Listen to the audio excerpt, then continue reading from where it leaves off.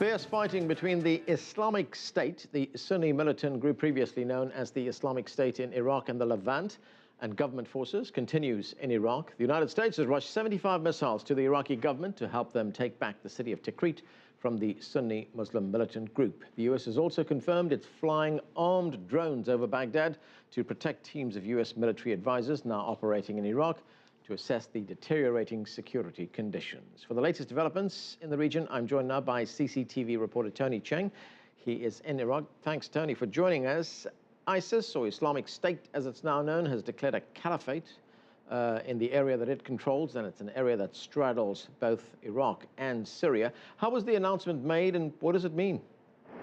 Well, the announcement was made on the internet, like a lot of the announcements that we get from the Islamic State. And I'm not sure at this stage whether it means anything very much for the people here who are directly involved in this conflict, whether it's more of a PR stunt.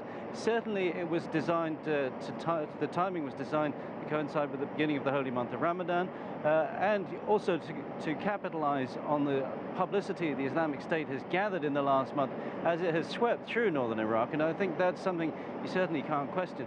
But whether this really is an Islamic State is very much under question. We've got many people asking whether this is really just a PR stunt or whether there's anything more substantial behind it.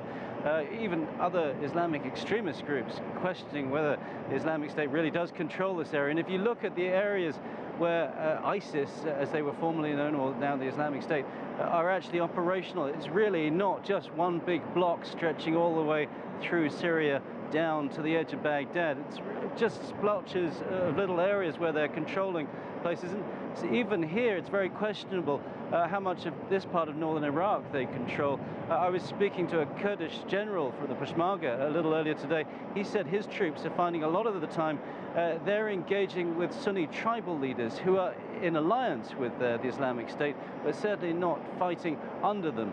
And they find that quite difficult. These are tribal leaders they've cooperated with in the past. They feel they can cooperate with them again. They don't particularly want to engage with them. They do want to engage the Islamic State and force them back in conjunction with the Iraqi army, but at this stage it's quite difficult to tell the two apart. Tony, do they have the numbers or the means to hold control onto the territory that they're claiming will be this new state?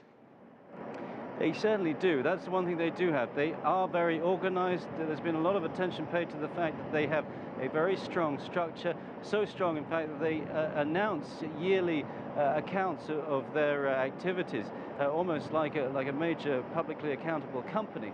They've also been very successful at identifying where money is and where they can best capitalize on it.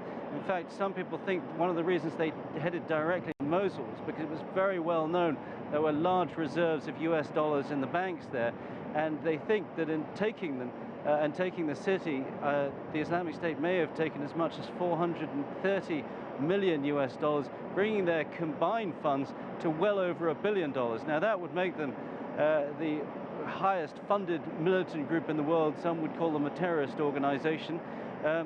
And certainly illustrates the kind of buying power they have.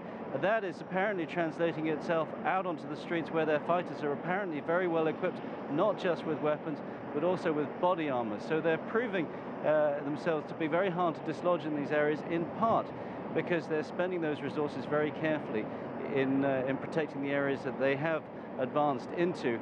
And they clearly have considerable ambitions. Whether they can actually bring about that Islamic State, that caliphate, into a substantial reality, though, is another question. And Tony, looking at the battlefield itself, where the fighting is going on, there's been a battle going on for Tikrit, which is one of the cities up there in the area that they would like to control. Do we know anything about what's happening there? Well, it's very hard to get reliable information from Tikrit. Twice in the last 2 days, the government has said they've seized it.